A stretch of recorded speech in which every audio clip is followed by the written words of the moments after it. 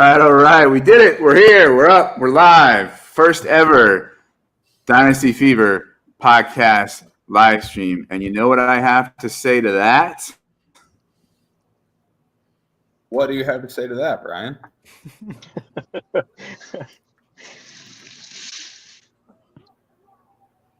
Oh, wait. That didn't go through because of my fucking headphones. God damn it. I played the Bill O'Reilly. Fuck it, we'll do it live, and I guess you can't embed it into the StreamYard. This fucking shit. Okay, all right. So yes, we're no longer an F-bomb free podcast tonight. So I'm Brian, and I'm joined by my co-host Jesse Sneeben. Jesse, how you doing? I'm great. Always happy to be here with you, Brian, and this is a very, very special episode. Just want to make one reference that you can only get if you're watching live, and that's oh yeah. All right. Yes. All right. So let's start introducing folks to the folks. Let's start with Tyler, my co-host on Dynasty 365. How you doing? I'm wonderful, man. I'm glad to get it started and see where some of these guys land, and talk to some of you guys for the first time. All right. And you can find us Tuesday nights 8:30 on the Fantasy and Frames podcast network. Jesse, why don't you introduce the faceless wonder to everybody? All right. Well, tonight we have my co-host on Dynasty War Games, Chad Mendoza. How are you, Chad? I'm pretty good, man. Glad to be here. Sucks they talked me into doing another podcast with you, but what the heck? Sure, Thanks for doing not? The crossover, man. I appreciate it. And Last time I saw this... you. Well, I'm sorry. No, go ahead. Well, last time I saw Chad, you were actually falling asleep on air during our Friday night draft extravaganza. So glad to see you're a little more awake this time. Yes, yeah, you were fading towards the end of that. Yeah. In my defense, it was like 50 hours long. we were in our fifth hour of podcasting. It was fun. Right. So we're gonna fight over this next one, Jesse. So why don't you introduce this person, how you know him? All right. So next up is Mr. Baby. Yep. How you doing, Mr. Baby? We have Clay from Dynasty Pandemic. I'm so bad at plugging it. I can't even plug myself. You got it. I got it. Dynasty You're crushing it. I don't even know my own Twitter handle. Brian has to do it for me. It's the running joke on our podcast. So, but Clay is somebody that's joined us on Dynasty War Games a bunch of times. He's in the Dynasty Warzone Patreon. Just an awesome Dynasty player, really knowledgeable guy, and somebody that lives right down the road from me. So, how's it going, Clay? Welcome. It's going. Appreciate you having me. This will be fun. I've done a bunch of real drafts. I'm glad that I can make a fake mistake tonight. So look forward to it. So the reason I said we were going to fight is because I'm in a bunch of these sleeper leagues with somebody with the handle Mr. Baby, right? And trade with him, message with him, back and forth, and that sort of thing. He's got a lot of draft picks, and right. And then there's this guy Clay who runs Dynasty Pandemic, who I send the audio of Dynasty Fever to, and he generously posts on a great website that he has. It's a great community there. I had no fucking clue they were the same person. No clue. Yes, sir. Nice. Yeah, I didn't find that out until we were talking about who we were gonna have on the stream the other week. You're Mr. Baby. It's like, hello. I was like, yeah. Why don't we ask Clay to come on? And he's like, you mean from Pandemic? I was like, I mean from Dynasty Warzone. He's like, yeah, same, but yeah, Pandemic. And I was like, yeah, same guy. Just bring Mr. Baby on. Bring Mr. Baby on. It was a little bit who's on first. Yes. So besides us five, we're gonna have some folks playing at home to fight back the sleeper bots. And let's see, we have Daniel Miner, a member of the Debbie Dashboard content team. Jesse and I know them very well. You can find him on Twitter at, I think it's fanatics_Daniel. He has a podcast on the Debbie Deep Dive pod called the NFL Fanatics. and he hosts that with Des Franklin at Des Deuce, and is a regular on the Huddle Show on the Debbie to Dynasty YouTube channel.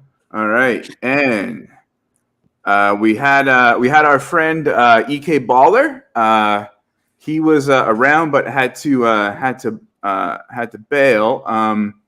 We're gonna probably see what his auto draft Q does. He does Dynasty and Debbie content for the Dynasty nerds, and he does Too Many Startups, and he has a new podcast coming out called Anger Management. It's a Dynasty podcast, which I guess I can relate to. We also have Nick, who I know from a bunch of sleeper leagues. I just know him as Dale because Dale's Dead Bug is like his sleeper handle. But it turns out his name is Nick, a Dynasty degenerate. And he does not pump out content at the moment, but is a professional dog sled guide and fishing guide in northern Minnesota. And if you want the adventure of a lifetime, go to elydaytrips.com, promo. Brandon Hay joins us. He'll be drafting in the 9 slot. He does content for IDP guys and Dynasty nerds. He also has a WT Fantasy podcast with Zara Kensabadian and a Debbie podcast called Decoding Debbie that is on the IDP guys YouTube page. And you can find him on Twitter and in my C2C and Debbie leagues at Hey B3, Haye B3. Steve Uetz. I know him from Dynasty Pros, and he actually was a guest co-host when Jesse couldn't make it when we had the C2C guys on. He's at Fantasy Ladder on Twitter and all the other socials. He loves auction drafting and writes for Dynasty Pros and IDP guys, and he has a new podcast coming out called the Fantasy Ladder Podcast. And last but not least, Jay, aka Gator, at Fantasy J77. He is new to fantasy. This is only his second year playing and his first year doing a rookie draft. And he is a proud member of the Dynasty Rewind Patreon, which I am as well. And let's see, he's been there for a few months, and he really feels that if you're looking to join a group that is passionate about fantasy, football, Dynasty, IDP, best ball, DFS, and more, come hit Dynasty Rewind up at patreon.com/Dynasty Rewind. So that is the cast of characters, and how this is going to work essentially is, I'm going to share the screen of the sleeper draft. We're going to take some picks. The guys playing at home, if they want to chime in and comment a bit in the YouTube channel about their pick, they can. We'll talk about the picks a little bit as we go. I'll try to remember to review each round and review the teams at the end of the draft. And that's about it. So we talked a little bit before the show about how rookie drafts were going, and I was going to go around and say in one sentence or less, but I think we're kind of pressed for time. So I don't know. I just yes, please keep giving me Olave at 108 is basically my motto this year. Okay, we ready to fire this up? Yeah. Did we introduce Mike Casper? Oh, there was no blurb. He was up in the higher up in the dock. Yeah, please go ahead. Yeah, introduce Mike. Yeah, so this is my other co-host on Dynasty War Games, Captain Mike Casper. He's many things. Tonight he's helping us mock draft, so he's a mock drafter, but normally he's a captain in the Army. He's a captain of our podcast. He's a new father, and he is working his side hustle and driving Uber tonight while he mock drafts with us. All right. Yes, Captain, my captain. I'm very sorry about skipping you on the dock. I owe you one. I think I already owe you one for saying that Chad got the Christian Kirk to the Jags prediction right. So I'm just I'm in a hole with Mike. Yeah. That's all right. He's legitimately one of the nicest guys you'll ever meet. He likes to say "oh gosh" instead of expletives. Yeah. All right. So I'm gonna get this sleeper draft here fired up here among the 17 gazillion tabs that I have open. And I believe Nick is in the 1 hole and I'm in the 2. So I think, for a lot of drafts, that's basically been Hall and Walker, and then after that, it kind of gets somewhat interesting. But we'll see if that's the way it goes tonight. For some reason, that's not coming up the right way. Hold on one sec. Why is that not? Here we go. Live television, folks. Technical difficulties. Why? Okay. All right. That's the wrong. Huh. Okay. What are you having a problem with, Brian? Getting it to start? No, it's for some reason it's not. Hold on. I got it. It's not. It wasn't picking up the right tab, but we're good. I got another. All right, well, way while to you do it. do I that, gotta open I'm going Safari. to just let everyone know that tonight I am drinking Leinenkugel Summer Shandy. Delicious. Anybody else joining me in a beer? I'm water tonight for me. Water tonight. Okay. Clay, you disappointed me. Thought for sure you'd have a beer. No, I'm taking a break from the drinking. Right on. Little COVID stop there. Gotcha. Sorry. I hope you're feeling well. And I'm pregnant, so I've got. Oh, okay. Congrats. Yeah, thank you. Thank you. I'm on my usual seltzer and coffee kick, so yeah, that's where I'm at. Okay. Sorry, still having trouble. I'll get it going. All right. Well, I'll expand. Actually, I have one Leinenkugel. Then we're switching to a local beer.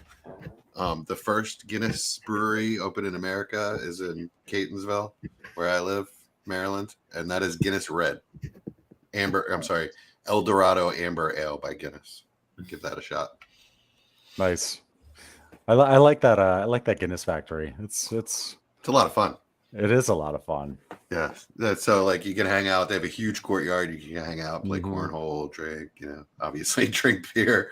But yeah, it's a good time, especially if the weather's nice. They have the restaurant inside. Here we go. It was up a lot higher than I thought. My bad. I thought it was going to be further down in the tab list, and it is. Okay. Can y'all see that? See what? Yes, no? No. Nothing yet. Okay. All right. It says I'm it's coming up. We got it. There we go. Okay. All right. Yeah, I guess it was just a little slow on the uptake there. All right. Fuck it. Finally, get this shit going. Let's go. F-bomb number 3.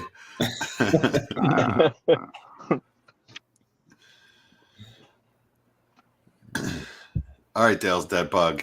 I mean, number one, is anyone taking anyone beside Breece Hall? Nope. No, not at all. No, obviously not. I guess I have to take Walker, but I don't know. I've had second thoughts lately, but we can talk more about that. Well, just to expand on Breece later. Hall, I'm also not really trading that pick either. It's just not. There's nobody out there willing to give up what Breece Hall's his value will bring to your team. Yeah. Yeah, I think I'm much more likely to trade out of 102 than I am 101. I really do like Breece Hall quite a bit, and I think that offense is pretty much ascending. What Clay was talking about before the show about positional scarcity, I think really forces Walker up to 2, maybe whereas in other years it might not have been that way. I had a team where I'm rebuilding, and I want to build my running back room last. And I had the 102, and I got an offer to move down to 106 and pick up the 202, and I jumped on it. Like, it was smash accept. I didn't really think about it much because, like I said, I'm rebuilding. So the wide receiver I get at 106, I got Jamison Williams. So I'm super happy with that. And then at 202, I got Pickens. So I'll take Pickens and Jamison Williams over Walker, on a rebuild. Yeah, 202 is great value for George Pickens. Yep. Feel good about him in that spot. Yeah. Especially when you step back and look at the Steelers' offense. You got Claypool, who underperformed. You got Deontay Johnson in the last year of his deal. And not a whole lot else. You got Calvin Austin, who some people are very high on, so that should be interesting. Yeah, Yeah. James And Washington. I honestly think that other than Deontay Johnson, Pickens could potentially be the second most talented player in that wide receiver core, right out of the gate. It's just the character concerns, and hopefully he works on that. But Here's Steve. I think he's crazy talented. Yeah, absolutely. Absolutely. Very little negative about the talent that I've heard. A little bit, but not much. Yeah. It's been the personality stuff, and for me also, if Deontay Johnson resigns after 2022, which with the recent trend in wide receivers is probably not going to be the case. I don't know. I'm a little worried there with him and Claypool and Freiermuth, and so. And how long it might take Pickens to develop. I don't know. I'm a little shaky on Pickens.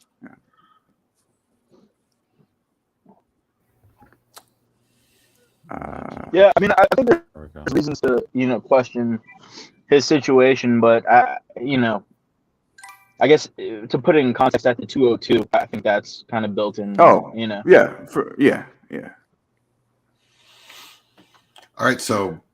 All right. So at 103, Drake London. Drake London at 3. Yeah. Do you guys agree with that? I see it 90% of the time thus far. Yeah. Mm-hmm. Him being the wide receiver 1 off the board. It's either him or Garrett Wilson. Yeah, Garrett Wilson is who I would take if I couldn't trade out. Yeah, I do not dislike. I would take Garrett Wilson as well, but I do not dislike the Drake London pick one bit. Yeah, and then Treylon Burks. Wow. that noise that Sleeper makes is just ridiculous. I think I'm going to turn those noises off. So Treylon Burks goes, and then Garrett Wilson, and then Kenny Pickett. So for me, go ahead. After the draft, like the sort of big four, going into the draft, like I was toying around with things, and basically I said, fuck it. 4 guys, you're tier 1, you're wide receiver 1, right? Mm-hmm. And I think for me, Jameson bumped out of that a little bit with the Lions landing spot, and so I've been going Wilson at 3 when I've had him more often than not. For me personally, I don't like Burks that high. For me, it's Wilson, London, Olave, and then a Pickett. So I don't know how folks feel about that, but I know that I'm lower on Burks than some people. Yeah, I have Burks 8th. Mm-hmm. Yeah, overall, not 8th out of wide receivers, 8th overall. Yeah, I think if you need like a immediate production, so like Jesse, you were mentioning earlier, rebuild, getting Jameson Williams. I totally agree with that in rebuilds. That's kind of who I like to target too. If you want like immediate targets, obviously Burks is going to get targets, but then you have question marks if Malik takes the helm next year or partway through this one. Is he going to be any good? So yeah, I'm not going to have a ton of Treylon Burks. He's got some truthers though, for sure. I may not get I've got a question for you guys. So I thought about Treylon Burks a lot, and I'm never, just for I guess context, I've never been really high on him. But I see him going over there to Tennessee and replacing AJ Brown, and people are saying that's a favorable comp for him.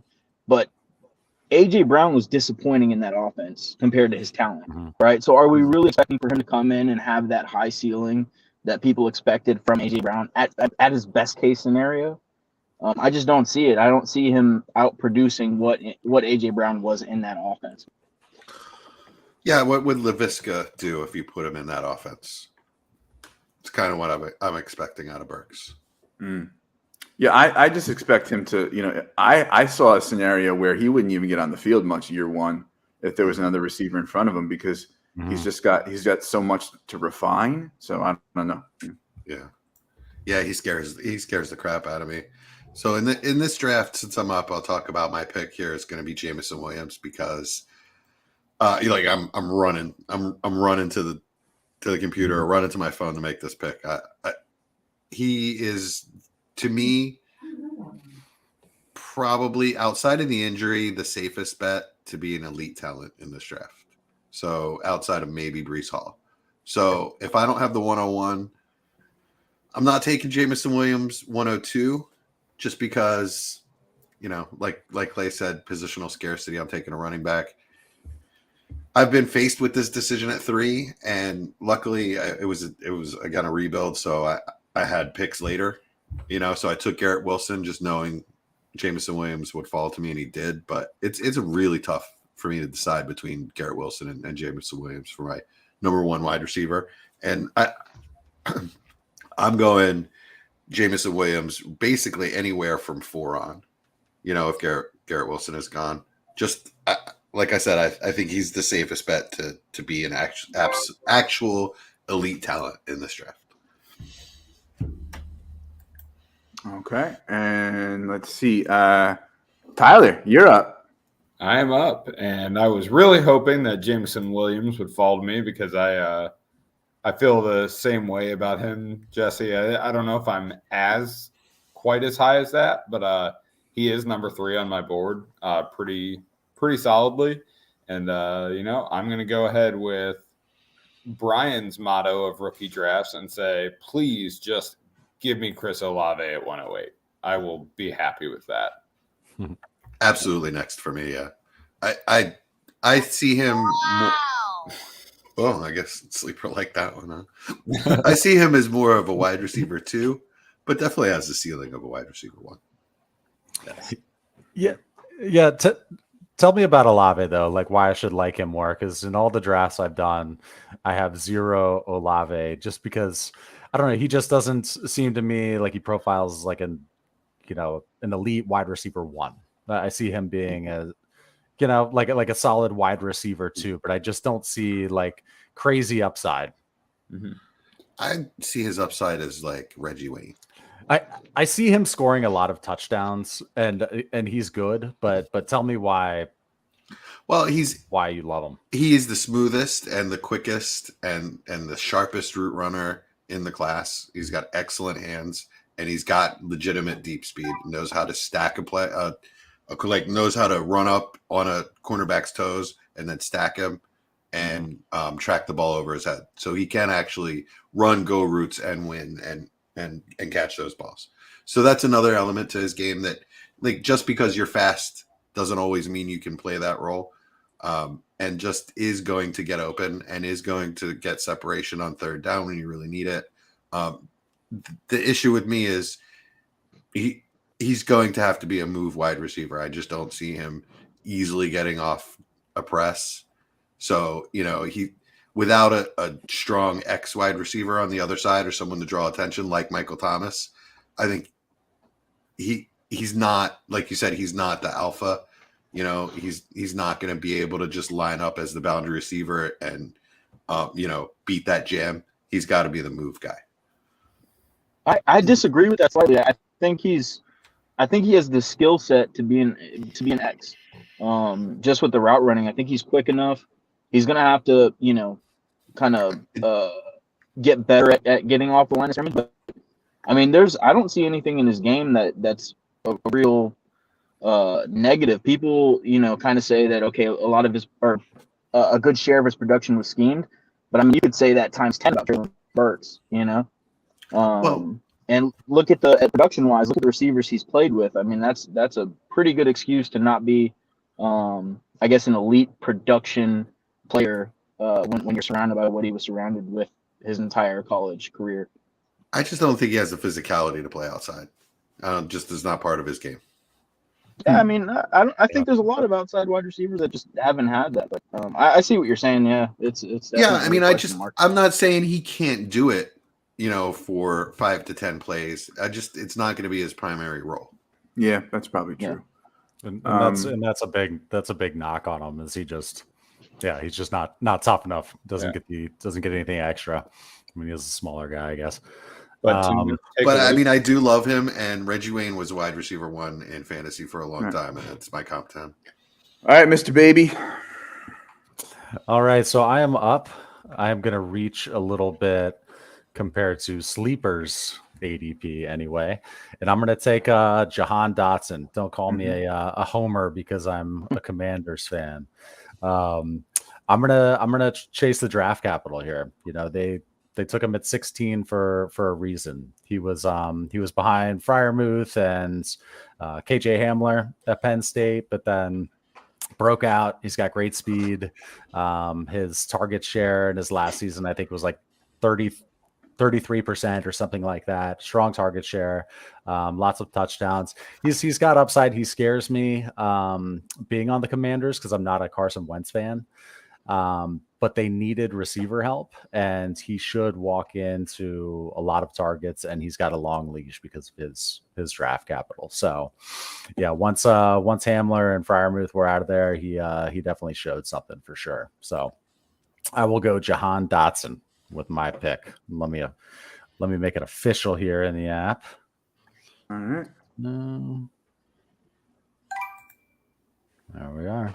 Yeah, he's a guy I liked. I think he had climbed up to all the way to 5 for me, and might even still be at 5 on the wide receivers, but just maybe in maybe a slightly different tier than he was. It's just I don't know. The Washington landing spot is not great for me, and at this point, and obviously this is a mock, so we can't do it. I'm trading out of 110, 111 if I can. Because I'm not excited about, I don't know, Sky Moore at 109 or Dotson at 110 when I can get Mechie at 2-3. I like Sky Moore at 109. I've told when I'm taking him at 109 this year, I've done it a couple times. I just tell myself, hey, this is fun. This is one of my this is a guy that I really liked. I just gave you this is a guy. Anyway, I really like this. I really liked his skill set coming, through the process leading up to the draft, and then the KC landing spot that's just fun to me. I'll take a shot at 109 on him. It looks like we have a visitor, Tyler.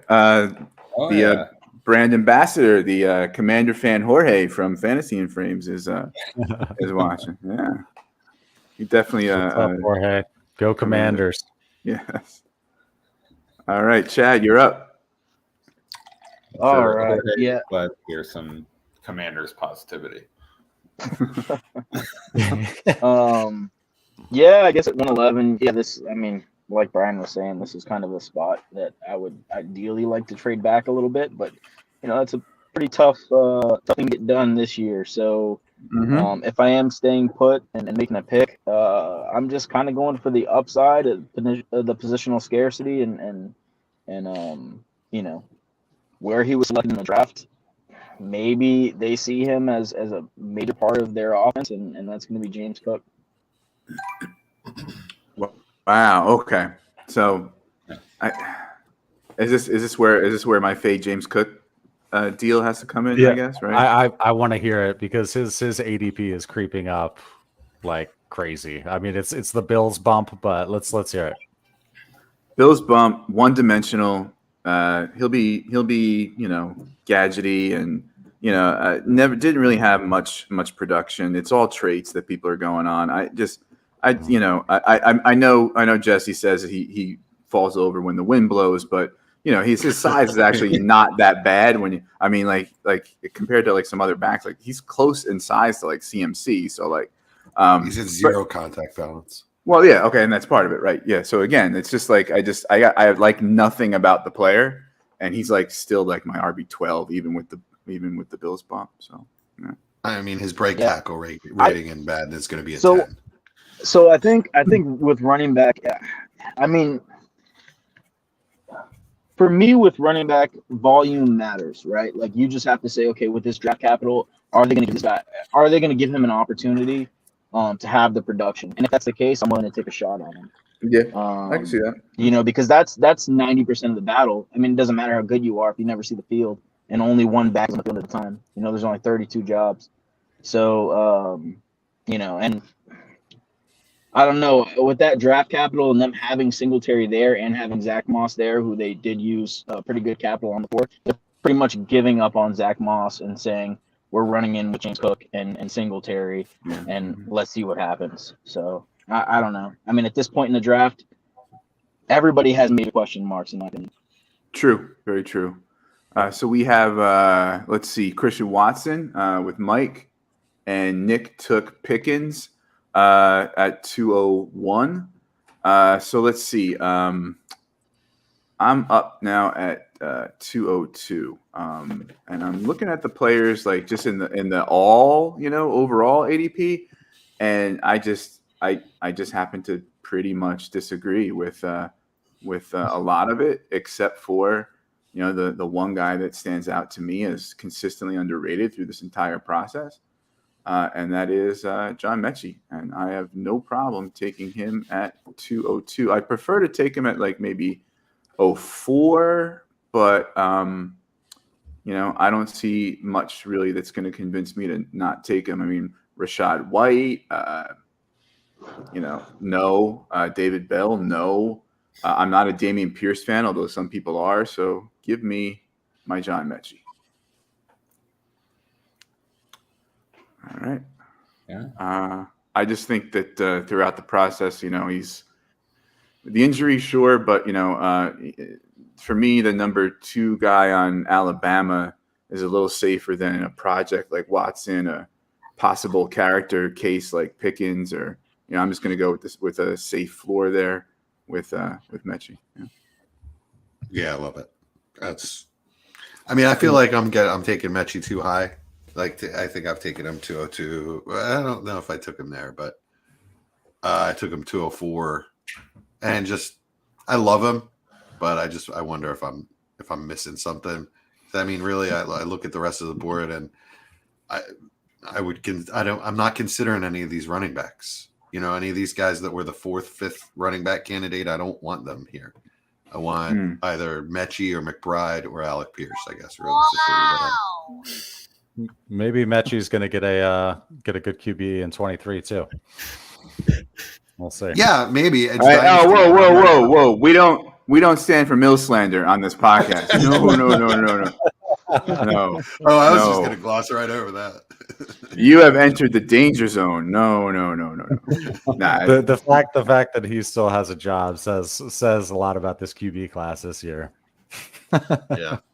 I'm going into this draft especially with the idea of landing spots are going to change. Like the value of these landing spots are going to change so quickly once the season starts, and then in a year, and quarterbacks are going to change. And I'm just trying to go with the best talent.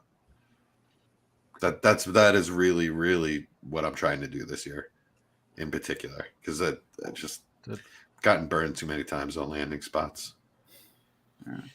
So I'm gonna go ahead and now auto pick for EK here. Oh, something happened. Motherfuck me. Shit. It's our first and last. Remember when? Oh yeah, no, it's just only on special occasions. Nah, as I was telling people before, I have so many tabs open that they're so narrow that sometimes I close them when I mean to click on them. So yeah. Sorry about that. Let me get this fired up here. All right. Live television, folks. Live television. Well, after it processes, you can do very basic editing of live streams on YouTube. The fuck I'm going to have time for that. All right. That Brian's should be going to the F-bomb record at this point. You might as well keep him coming. Yeah. I'm liberated by the live nature of the affair. Yeah. All right. So we auto picked David Bell. Not a fan. I know a couple people do like him. He's just going to be a productive guy and maybe not flashy or elite. I'm not in on him. I don't know if you all are, but I'm certainly not taking him there. Are we going to skip over the Desmond Ridder? Oh, I'm sorry. I meant to talk about that, and then my sleeper fuck up. Yeah, it's a little early for Ridder, no? Yeah. I think he has a better opportunity to start than anyone aside from Kenny Pickett out of this class. Well, Corral? Or do you think they're going to bring in a veteran? I think Marcus Mariota eminently more beatable than Jared Goff. Yeah. Well, wait, Corral went to. I thought Corral went to the Panthers. He's talking about Ritter being more No, in line to start. No, he's right though. He's right. I messed that up. Yeah, so Darnold. That was my thought. Yeah. I mean, and I'm not going to crack on anybody's pick, obviously. I just think outside of Malik Willis, I can't find a reason to draft any of the other guys unless it's super late, because I think Desmond Ritter is kind of dead man walking too. Like they're going to have a good pick in 2023, and we'll see if he ends up being their future. I don't really see it happening. He didn't get crazy draft capital where they're making that big of a commitment to him. So I don't know. It's just a little early for me. I'll take him if he's sitting there at the third. Yeah. I'm not taking any of these quarterbacks besides Pickett before the third. And our friend Gator got his guy. He's happy to have Damian Pierce. That's for sure. I don't tend to like him as much as some other people do. And then Rachaad White goes next at 2-6, which brings us to Jesse. All right, I think this is clear here.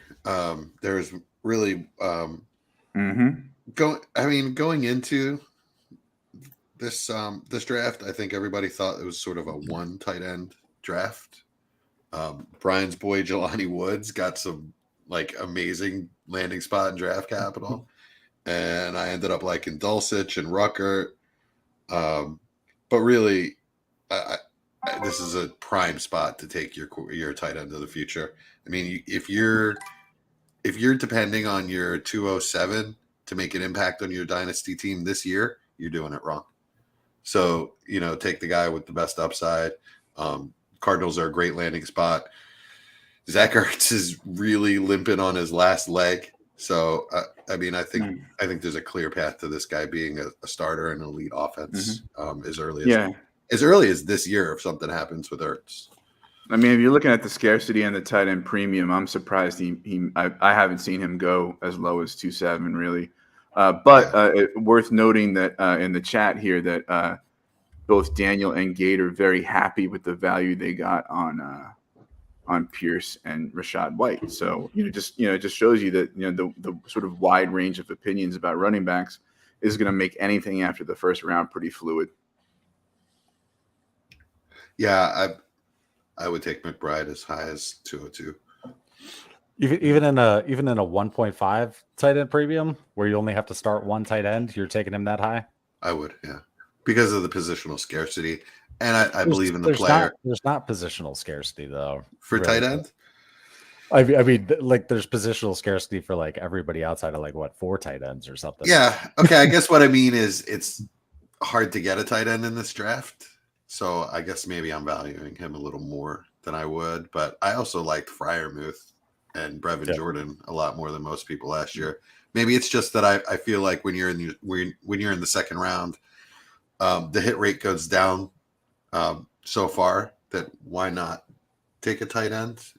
I just feel like why not shoot for the moon, because if he does hit, you're really making money.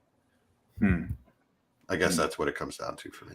And just one more point on my boy Jelani Woods. He got such good capital that I can't even get him now in rookie drafts. He's going before Dulcich, and like I can't sit there in the mid third and count on him anymore. So yeah. God, did I want him to fall to 401 in that draft we're doing together, Brian, so that I could take him with the pick you traded me. That would have been beautiful. I just took Weidermeyer at like 410 or something like that in a draft. It was like, oh, he signed to the UDFA to the Bills. Whatever. That's a start 2 tight end 2.0 tight end premium league. Wow. I was like, I'll put my. Yeah, and I even took Bellinger at I traded up to take him at 403 or something like that. Only in that format, man. That format's bonkers. So I think this might be the least surprising pick of the night. Tyler, take it away. Brian, it's actually going to change because my rankings fell differently. I did not think this guy was going to be there. Right, so, yeah. I'm sure I might have an opportunity to draft my next guy in the next round, so I'll live. So actually, who I'm going to take here is going to be Zamir White. He was a very good running back at Georgia. He did not catch the ball. They split their running back duties thusly. It was Zamir White ran the ball. James Cook caught the ball. That is what they did. And Zamir White said he is a large man. He is like 5'11", 220. He's all muscle. His nickname is Zeus, for God's sakes. He was number one running back recruit coming out of high school in 2018. And, just all of that adds up to the Raiders drafting him and then immediately not picking up Josh Jacobs' fifth-year option. Mm-hmm. So he's going to have a hell of an opportunity next year once Josh Jacobs is no longer on that team to really take the lead back role. And I think he's going to take it and run with it, and he's going to do really well, even if he doesn't catch the ball, and again, the best thing I've heard about running backs is just because he hasn't doesn't mean he can't. And we haven't seen him catch the ball. We haven't seen him really given that opportunity. Wow. Sleeper. Wow. All right. I mean, So- that's where he's going. Sleeper doesn't know what they're talking Yeah. about.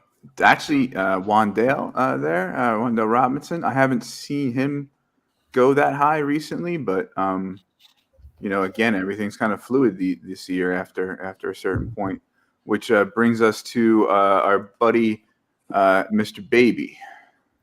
Yeah, I was gonna take Wandale just for fun there. He actually got surprising draft capital, but no, I'll take one crack at a formerly beloved player, Isaiah Spiller. So he's got a decent landing spot. Eckler isn't young. Love Eckler. I never want him to get injured. He's awesome, but. Spiller's got an opportunity there, but honestly, even if he becomes like an Alexander Madison or Tony Pollard level like handcuff, those guys are always worth a second in whatever league you're in. They just hold this like insulation. If they hit, great. If they get their touches, they get their opportunity. Spiller shows he's got some talent, but I have a feeling he's going to be one of those handcuffs who's going to have like that nice second round insulation, that handcuff leverage over the Eckler owner, for example. So I'll take Spiller at 210. He was a favorite for a while, and then it's just fallen out of favor. So I think what you bring up there is an important point about strategy, and maybe I don't know. Maybe I'm thinking more important in this draft that you're not just drafting for. Obviously, what the rookie can do for your team this year or the next couple of years.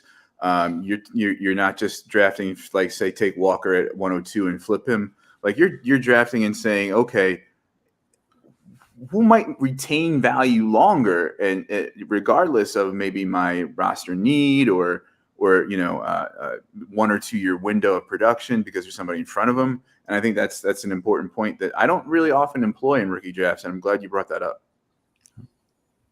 It's something that I do with quarterbacks, but not so much in this draft. Like Pickett is the only one. Pickett will retain value because he'll be given at least 2, maybe 3 years to fail. Yep. All right, Chad. Yeah, I'm super excited about this player. Did not think that he would get to me. I think in all of the rookie drafts I've done, he's gone a bit earlier. And that's Cincinnati's Alec Pierce. As far as wide receivers go with size and speed and just that combination, there's not many out there like him. I think he's going to find a starting job in Indy very early. And with that draft capital, you can't argue with him at the 211. Yeah, that's a steal of the draft. Yep. So far. Yeah, that's good value for sure. Then we had Malik Willis, who, of course, I'm a hater, and Matt Corral go back to back. What do we think of that? I like it. Yeah, I like it. I like that's the spot for Willis. Mm-hmm. He's the one guy. Yeah. Malik Willis is the one guy who can, a year from now be worth 3 firsts That's true. You know, he's got like Lamar upside. I mean, maybe that's a little aggressive, but Corral's Corral's the guy in this draft that could be worth 2 seconds in season this year. Sure. So, I mean, definitely more upside with Malik Willis, but definitely a better path to playing for Corral. Absolutely. And I think this is the right spot. This is the right spot. I keep hearing everybody get so excited about Corral's potential to get on the field. And I haven't heard that much about Ritter, but I think Ritter's by far the most likely outside of Pickett to get on the field. I think Carolina's just what's around Sam Darnold, I think, is enough to prop him up. Granted, that's CMC staying healthy, him gelling a little bit more with another year in that offense, but we haven't seen Mariota in a very long time, and that surrounding cast in Atlanta is terrible. So I mean, I don't know. I think Mariota could play himself out of a job very early.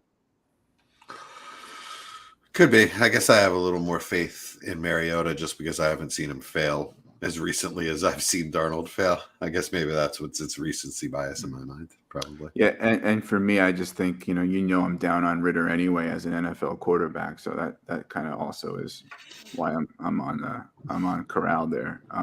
So I do think Matt Rule knows how to use an RPO system quarterback like Corral. So we also have some F-bombs in the comments here, which is good tonight. So I'm going to go a little off script here. There's a couple wide receivers that were sort of sleeperish for me. One maybe not so much. Landing spots were a little and in one of them I think was even a reach in the real NFL draft. Normally in this spot, there's a running back on the board that I would definitely take that I think has fallen way too far. But it's time to be on brand, and it's time to maybe get my only share the way my rookie drafts are going. The people's tight end, Jelani Woods. Nice. Yeah, hell of a landing spot. Indy definitely needs a tight end. And, I don't know. I guess he's going to play. What's he play? Small forward? Or he plays power forward on the basketball team building in the red zone. All right. So I guess Steve's up next. I know he was maybe going to have to set a cue because he's got, I think, perhaps his own podcast going. So we'll give him a second. And while we're doing that, Jesse, why don't you trash Jelani Woods? I didn't like what I saw out of him. He's super raw, super stiff, doesn't bend as a blocker, is not fluid as a route runner, does not have good technique catching the ball. But these are all things that can be taught. So he's definitely gigantic. I guess that's the best I can say for him. If he learns how to find the soft spot in a zone like Gronk, he could be a monster. Yeah. Okay. Definitely a huge boomer bust player, I would say. By the way, some of you may not be seeing this, but Jesse's wheeling and dealing in a Debbie league while we're doing this. So, in the sleeper chat. So Always. much respect. So I'm just gonna auto pick Steve here. He's got the green dot, but I think he might be doing something else. So let's see what happens. Maybe I think he set a Q. That's the guy I said was falling way too far. And what's going on with Brian Robinson? Yeah, but we had a Pierce fan, a White fan earlier in the round. I think Tyler's higher on Zamir White than I am. So But so what's everybody thinking of Brian Robinson? Like, obviously, we all think that he's going to start out in a committee with Gibby and McKissick, right? But do you guys think that he can take over that role as the lead back by next year? I mean, he could. I don't know. Like, Gibby definitely has injury concerns. I actually like Jared Patterson, but they still have McKissick on hand. I mean, he could get, if it's a point per carry, like Brian Robinson, I'd take him over a lot of these guys. Like I think he will get some touches. I don't know. I think it's going to come down to Gibson. I want to have some shares. I just don't know how involved he's going to be unless there's an injury. In the third round, I kind of feel like it's pretty good. It's pretty good. They spent decent capital on him too. So in the third, getting him in a draft, that's good too. You know what, Chad? Yeah, I'm a fan. I've not really heard, Chad, what you think about Brian Robinson, despite talking to you for hours on end every week. What is your take? Yeah, I mean, I like him there. I think he's definitely worth a shot. That backfield is far from cemented, especially, like Clay was saying with Gibson's injuries, and they've shown they don't trust him as a pass blocker, and that was the whole ordeal with bringing McKissick back there. I think a lot of people view them as a bit redundant, but I think they trust McKissick a lot more. And that trust is what I would be hoping Brian Robinson can get if he, hits the floor running in Washington. Right on. So obviously, I think we all feel as though he's a huge value in the third round. But Chad, would you take him? Chad and Clay both. Would you take him in the middle of the second, like say where Rashad White went? No, I wouldn't. Not there. Okay. More comfortable, like at the end of the second. Yeah, I'm gonna look back to a bunch of drafts and just while we keep going, just see where he went. But end of the second feels right. Right on. All right, so my boy Tolbert got picked by Gator. He climbed Super up my late, board. I think he fell. I know Gator likes him at like 7 or 8, wide receiver 7 or 8. I think I was 8 after all is said and done. And then we have Khalil Shakir go as well. Good landing spot, going to play the Manny Sanders role. I don't know. At the mid third, you might as well, right? So it brings us to Jesse. All right, so I am at the point in this draft where there's nobody that I love, right? At this point, I'm taking shots. And I look at the positions that are available. You have the second tight end available, so that's tempting. It's very tempting to double up by taking 2 tight ends and just try to, I call it wet down the position, right? You just soak it, with players, and you hope one of them wins, right? But I'm tempted to do that, but I'm not going to do that. I'm going to take a swing here because if you're taking a shot, I feel like you need to know what you're taking a shot at, right? So I'm taking a shot at the Niners running back position. I don't know if this guy's going to take the job, but Tyrion Davis-Price was definitely drafted in a position to where he can. Okay. Right? None of us thought Elijah Mitchell would take the job last year. So who the hell knows? This is it's a super upside pick with a super low floor. I can see that. Yeah. Yes. He's a replacement. He's a replacement for Trey Sermon, like straight up. Who I thought performed very well when he actually got a shot last year. I don't get it. Maybe he's just a knucklehead. A lot of people were burying Mitchell after that pick, and maybe it's because I'm higher on Mitchell than consensus, but I don't see it as this sort of like, oh, he's nuked now. Forget about it.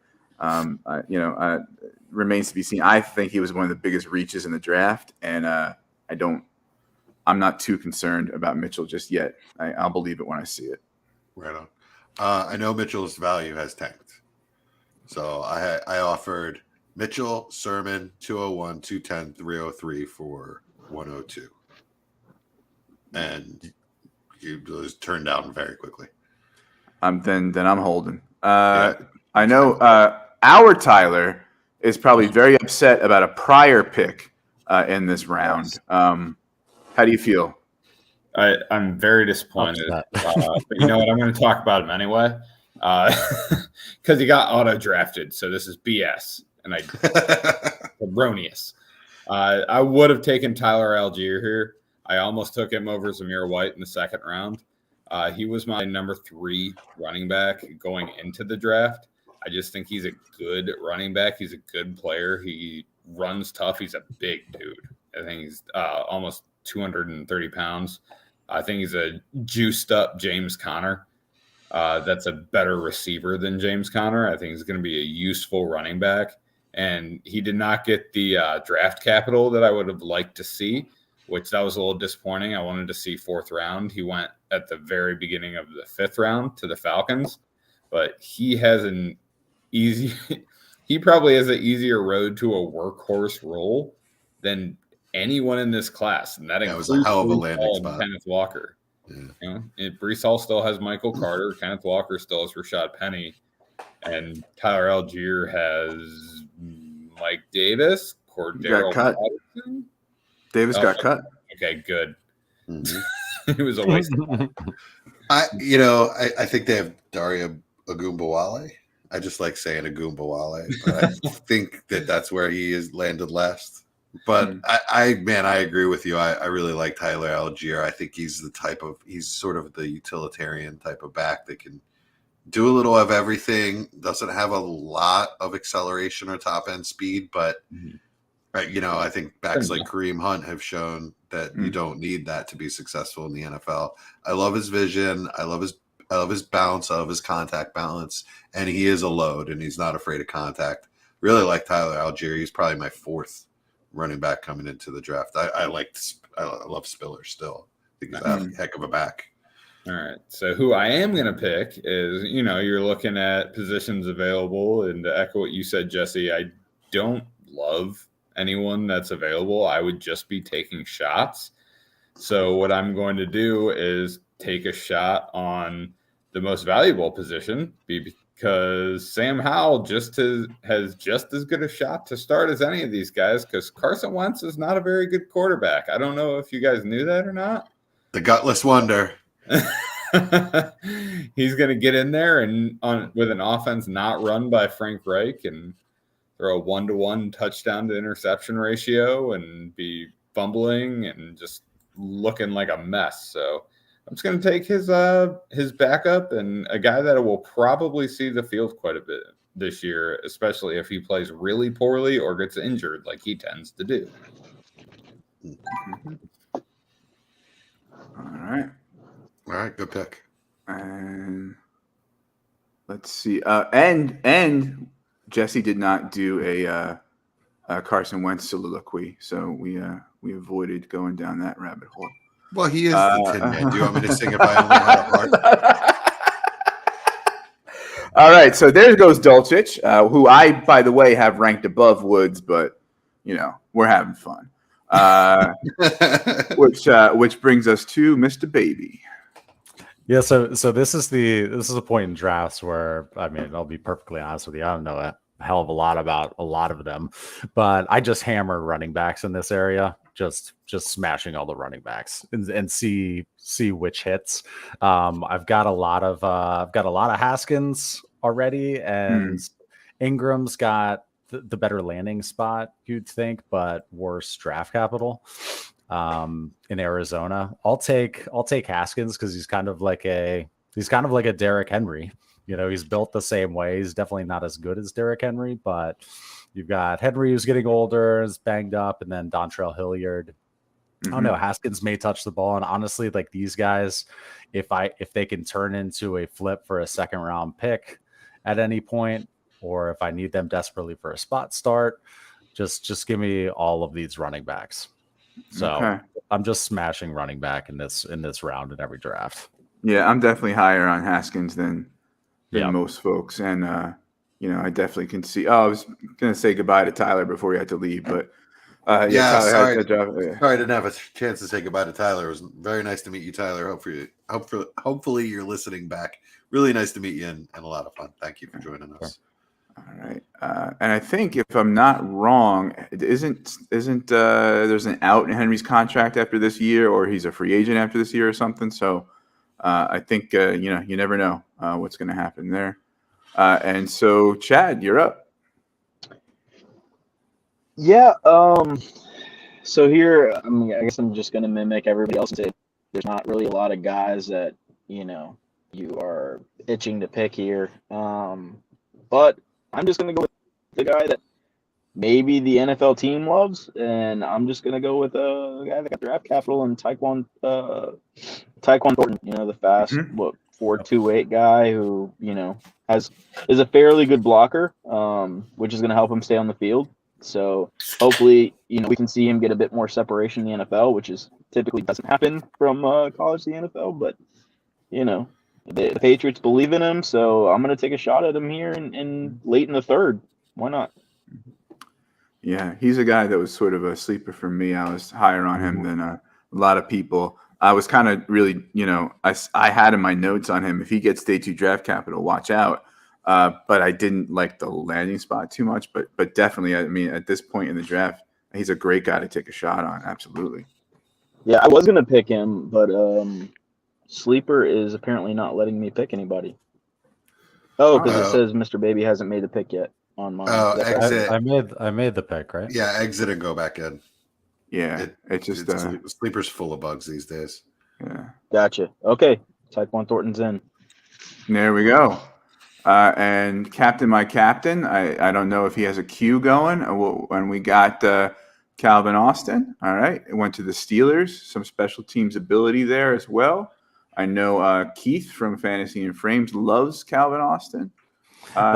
That's always a good thing too. Just a little side note is if you aren't sure about players, see if they have if they're going to have a role in special teams, because you just want these guys to be on the roster, like some reason to have a spot on the squad. You know what I mean? So if you read a blurb saying that they're going to be used in special teams, that's not always negative. It keeps them on the team. Yeah, right. Yeah, and thank you for putting that up, Ryan. I was just about to say I'm making a best friend in chat here, Gator J. This is good. This is a good dude. Popping beers just like me. Hopefully you'll be drunk enough that you'll make a bad trade with him in that Debbie League. All right. Never. I don't make bad trades anymore. All right. So the one team I buried for making bad trades on, I gave away this offseason. So bye. I just want to take a look at Nick's pick here, Romeo Dubs. When I was reading on him, the phrase he's an unwilling blocker came up, which I was like, that's not going to get you very far. But low key, he was kind of the winner of a draft. And he went to a team with a need, and the receiver they picked in front of him is Christian Watson, who I'm down on and is going to take a while to develop. And the only receiver they picked after him was a 7th rounder, this guy Torrey. It could do worse than landing with Aaron Rodgers. So I don't know. Might be somebody. I know Dallas likes him. Yeah. I think Romeo Dubs is way more polished than Christian Watson. Yeah.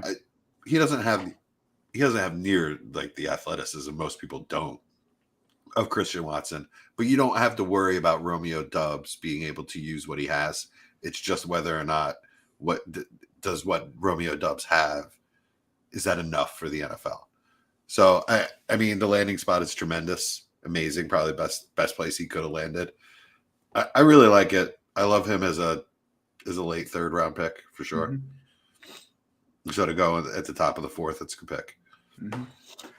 So in the interest of taking shots and pounding running back, there's a bunch of guys left where I'm definitely, I think, higher on than some other people are, and think the early 4th is very very good, very appropriate. I'm not going to name anybody who I'm not taking because they haven't been drafted yet. I'm just going to tell you who I am taking, and that is Ty Chandler.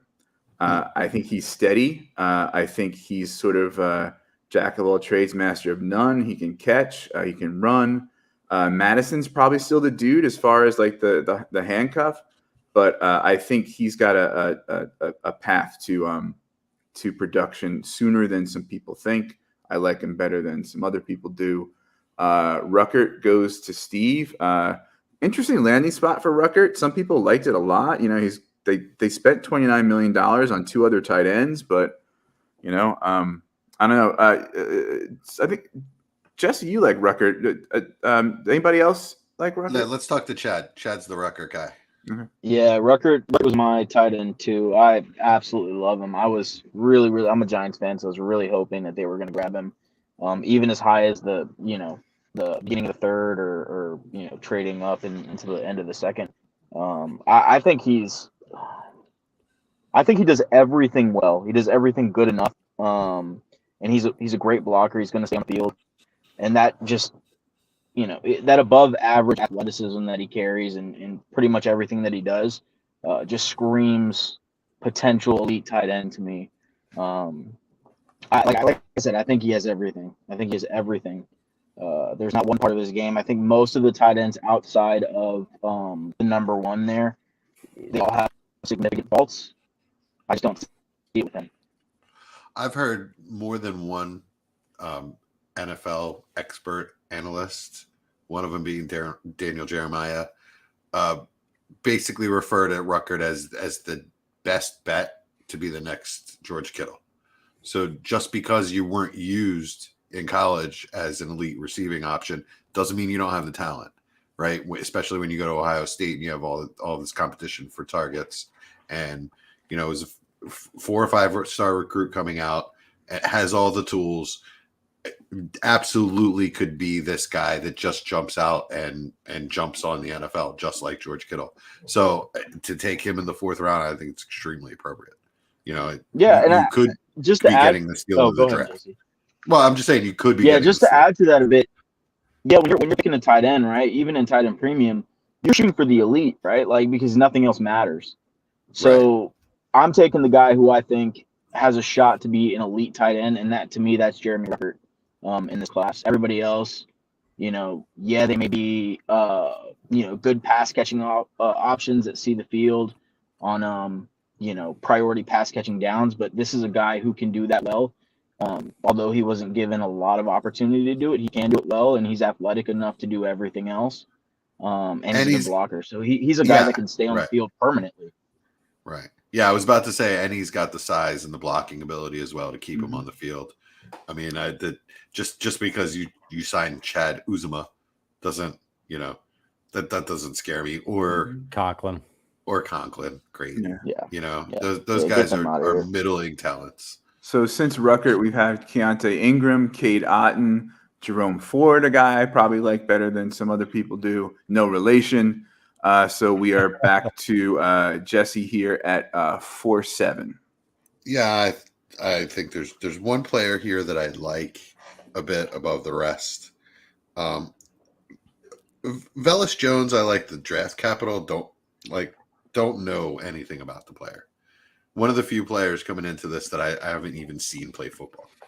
So I'm not going to take him. Ooh, bless you. Woo, bless you. Woo, thank you. Bless you. Yeah, mute button is right at the the fucking. There is one player that I like, and I thought the landing spot was extremely interesting, and that's gonna be Tyler Batty. Yeah. So I like the shiftiness. I like the comp that I've heard to Ray Rice. Once I heard the comp, I went back and looked at him again and was like, yeah, actually he is. He's a little undersized, but plays like he's a little bigger. He's got really good shiftiness, good vision. I like him. I like the talent. He's definitely, like I said, undersized.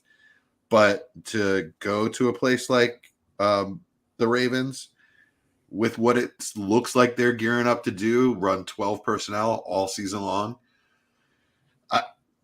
he with the backs in front of him coming off ACLs, all 3 of them. I don't know that Justice Hill is actually going to even come into camp. I don't know if he's on the roster or not, but this is a guy. He definitely could get some run.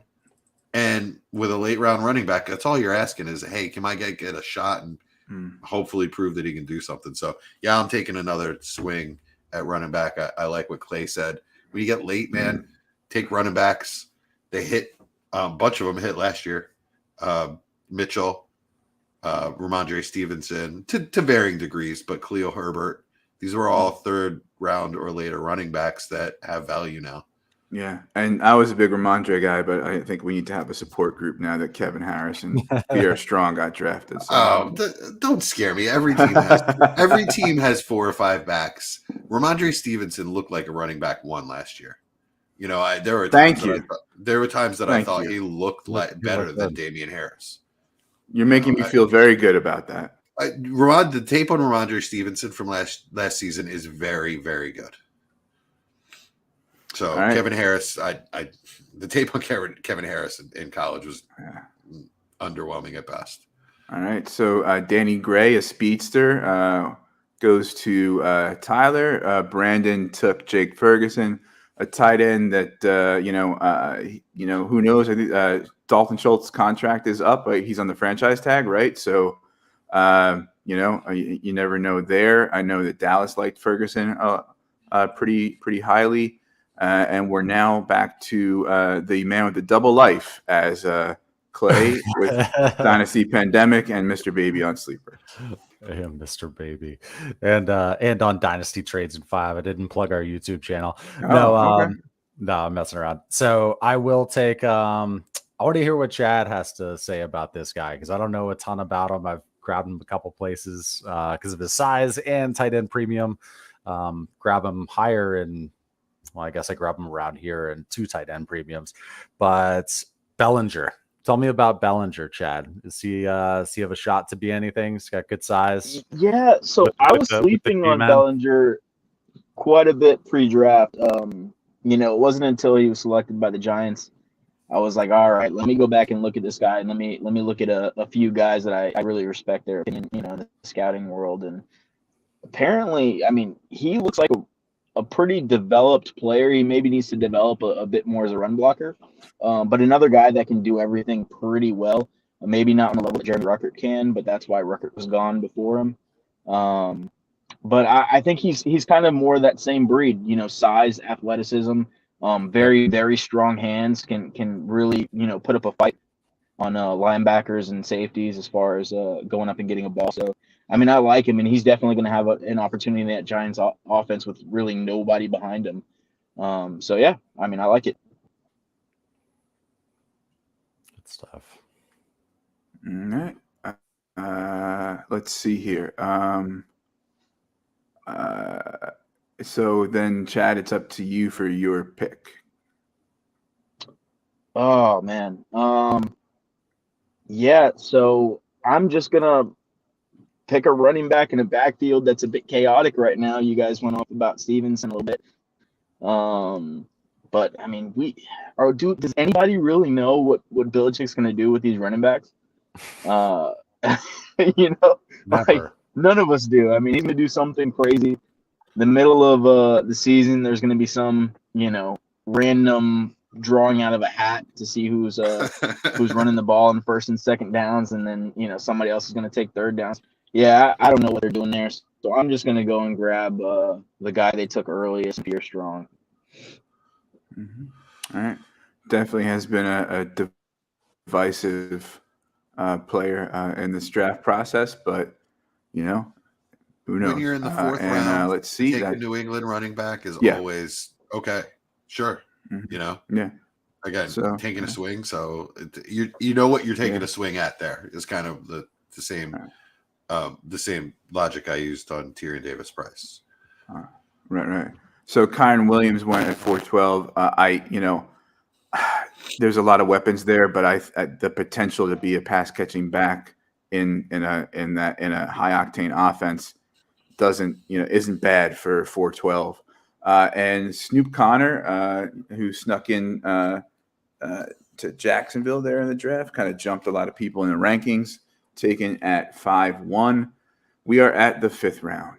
So I've always liked Snoop Connor. That man's a load.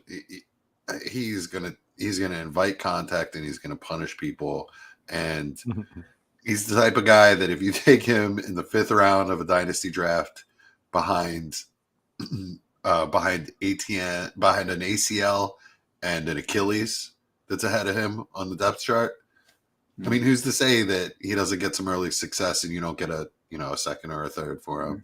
If he gets some run early, you're selling cheap at a third. You know what I mean? He's definitely the kind of guy I would take him just to hope he gets run and sell him off. You're gonna have to find the inexperienced player in your league to buy him, but It happens. Or just the guy that's panicking. Holy crap. 3 of my running backs just went down. All right, here's my second for Snoop Connor. Yeah. Or here's my third for Snoop Connor. Because he had a 100-yard game against Atlanta last week. You know what I mean? Yeah. All right. So I'm going to take a guy who I was a little on despite good combine numbers. Then I sort of heard other things and I was like, oh yeah, I like it. Good size speed combo. Then I was like a little, yeah, he can't break tackles. Who knows what kind of draft capital he's going to get.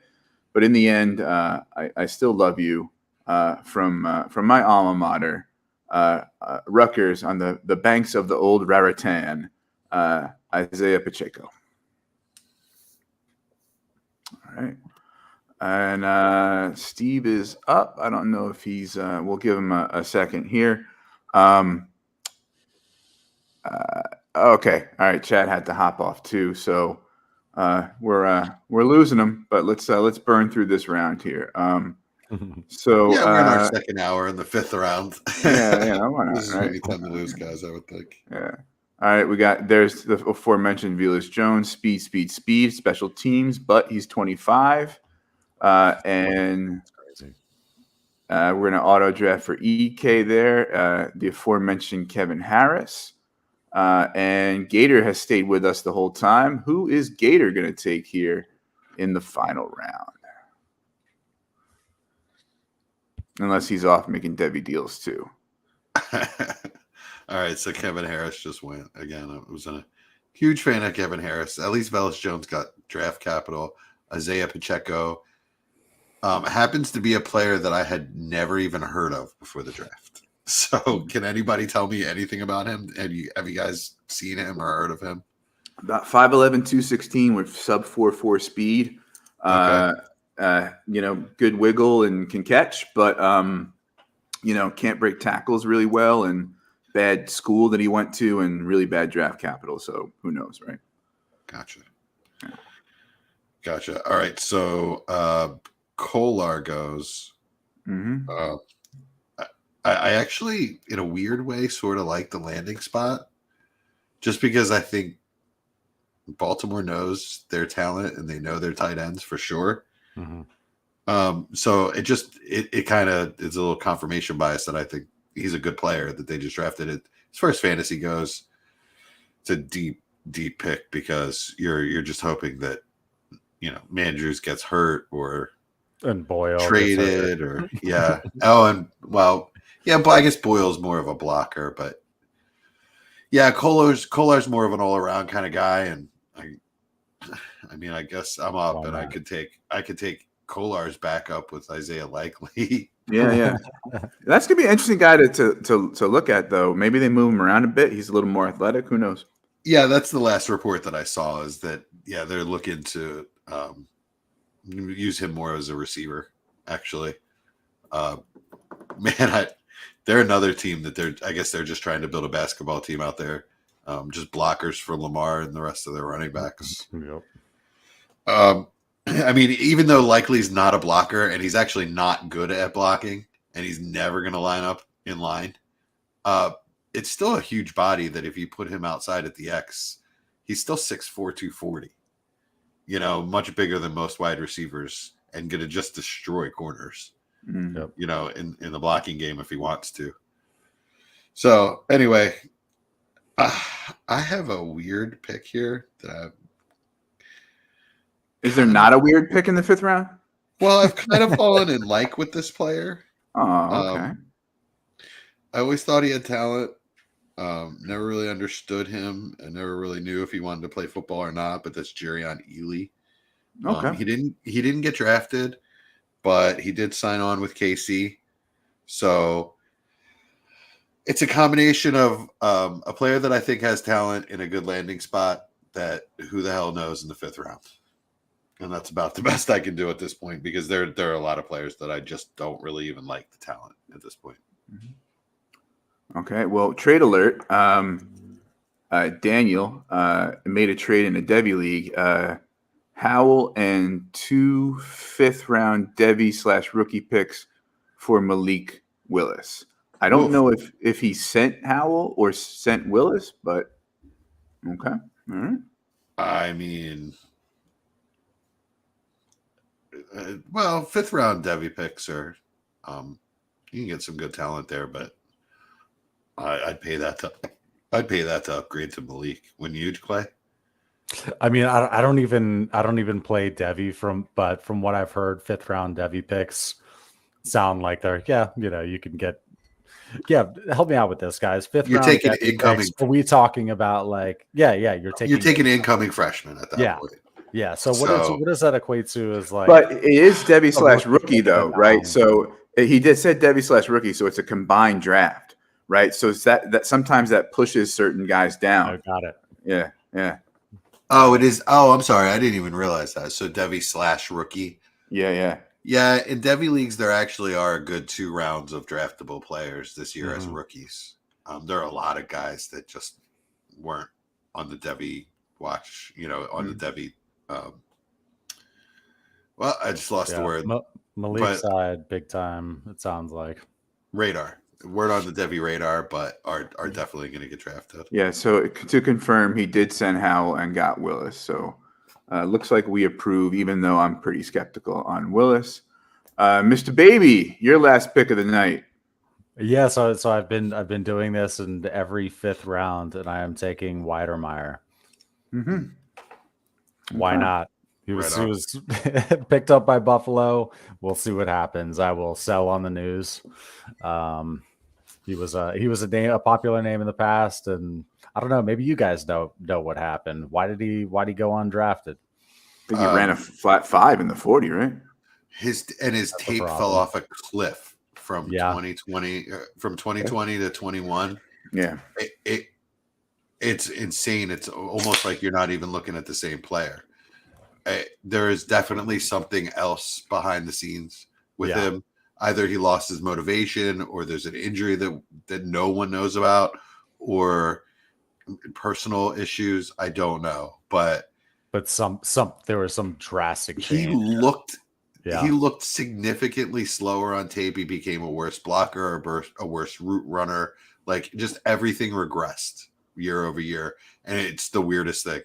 I have not been watching tape for very long. In fact, this is my first year really, outside of like YouTube highlights.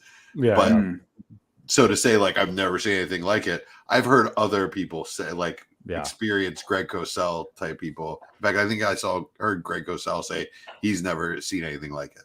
Doesn't, like, nobody really understands it. So it's definitely something with the person of Weidermeyer going on there. So the draft has ended.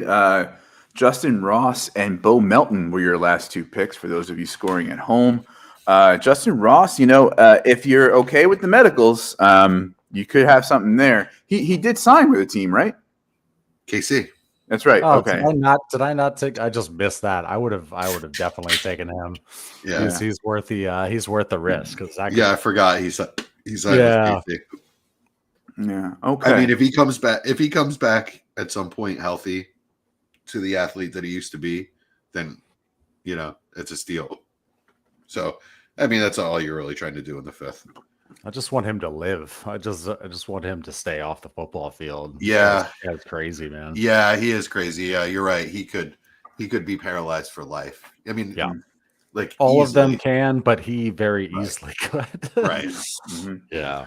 So, we've been on for a while, and I don't want to take up too much of folks' time, but any takeaways? I know for me, to go through 5 rounds and only take 1 wide receiver is not my style, but that's just the way it fell for me. Any other takeaways for either of you two? Yeah, actually, do you mind? Can we go round by round and just maybe pick out our favorite pick in each round? Sure. Instead of doing a full recap, which I don't think we have the time for. Why don't you take your favorite, and then we can maybe give feedback, and we'll go from there. Yeah. Okay. Who wants to go first in round 1? Does anybody see anything clear that sticks out to them? Go for it, Jesse. Well, for me, it's either a lot, Jameson Williams or Olave at 7 and 8. Yeah, I think Olave so. at 8 is great. Yeah. Everything else seems a little chalky. Okay. The thing that I don't like is James Cook. Obviously, I've talked ad nauseum how I think one thing I may add that I may not have said on air that I've been thinking lately is that he's like one of those paper snowflakes that you cut with your scissors when you're a little kid and hang on your tree. That's what he is. He's in first rounds of all the latest rookie drafts that I've been in. So Daniel commenting that our 5th round is brutal. How dare you, Daniel?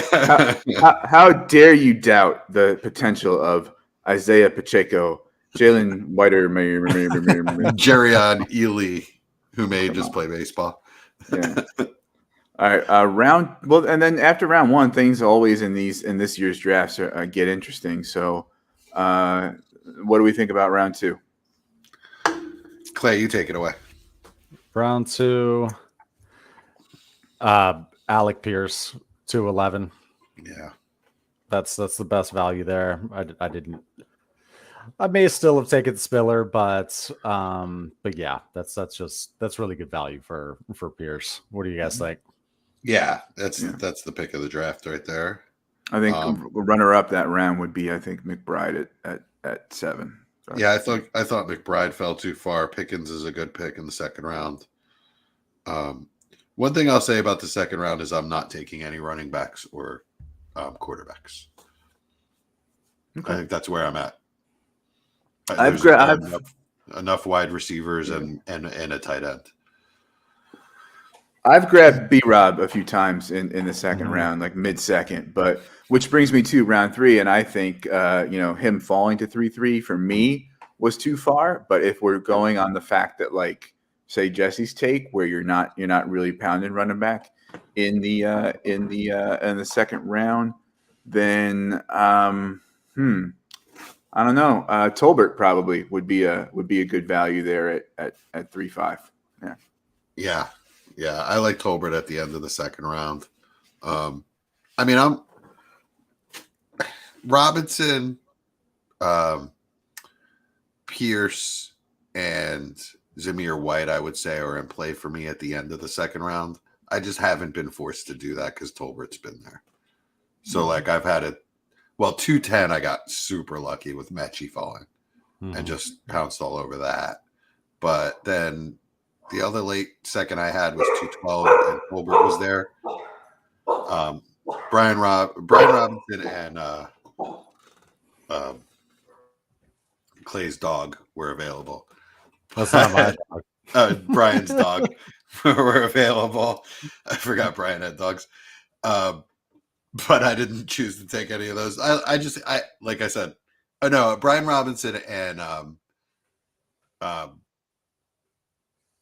Pierce were gone. They went right before me. Those were I was going to have a really tough decision between those 3. So I got lucky that 2 guys of my 3 went, and I just pounded the third.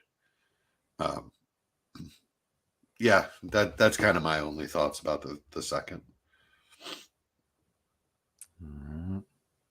Brian, third?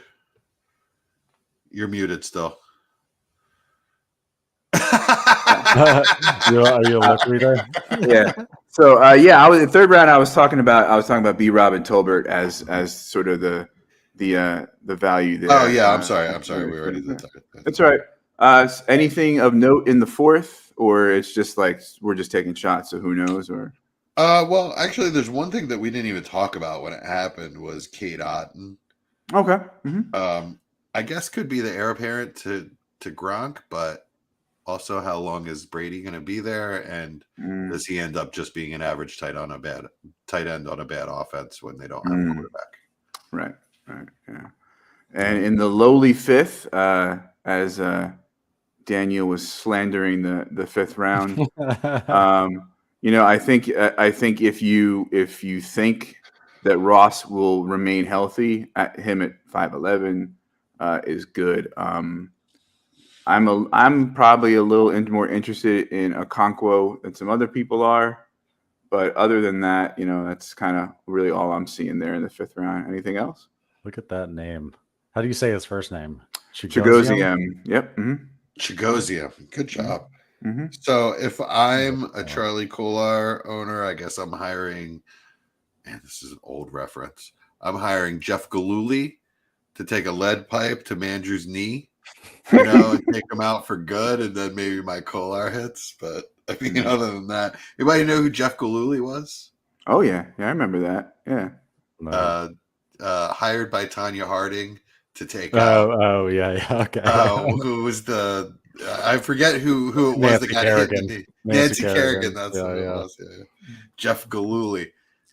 David Letterman couldn't stop saying that name for about a year. Galooly. All right. So, any other last words before we land the plane here? Clay, I'll let you go first. Enjoyed it, guys. It was it was good times. Anytime you can talk about Dynasty is a good day. Yeah. All right. So let's see. Clay, Twitter's podcasts. Where can people find you? Yeah. So at @dpandemic_Clay on Twitter. I mainly tweet these days from the @Trades in 5 handle on Twitter. That's our new YouTube show, Dynasty Trades in 5. We started in October. Started as a one player for 5 minutes show, and we've definitely blossomed into like strategy shows and stuff. I've got a couple co-hosts, Charles Chill, FFB, Scott Connor from Dynasty and Chill, and Shane Manella from Dynasty Trade Days. So it's a great show. Check it out. I'm a homer, but I didn't realize you had Shane on there. Yeah. Shane's my boy. Shane's good dude. Yeah. We just we're about to hit 1,300 subscribers here. Oh, wow. Cool. Nice. Yeah. So it's starting to take off, which is a lot of fun. Beautiful. All right. Hopefully I'll get fired from my real job one day. All right. And those who were playing at home, we had Daniel at Fanatics_Daniel, who does a lot of work with the dashboard and Debbie Deep Dive. And Eric, EK Baller, who does some content for Dynasty Nerds.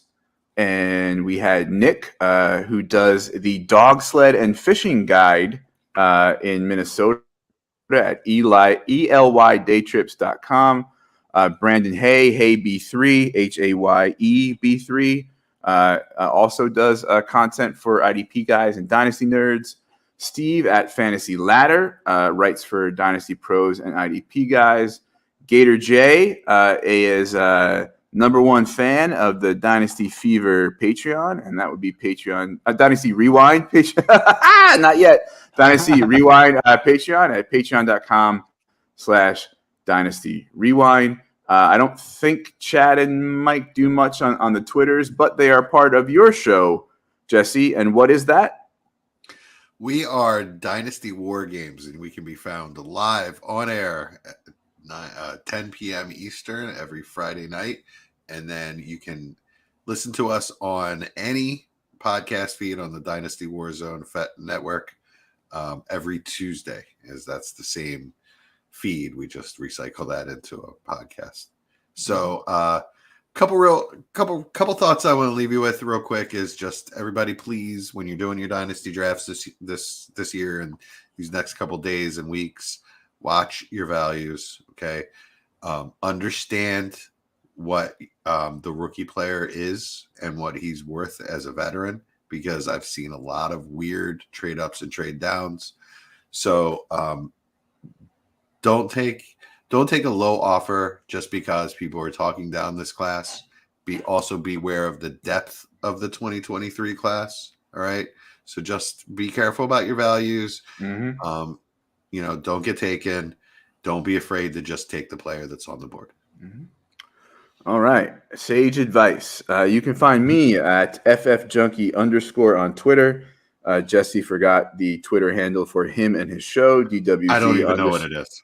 DWZ_War Games.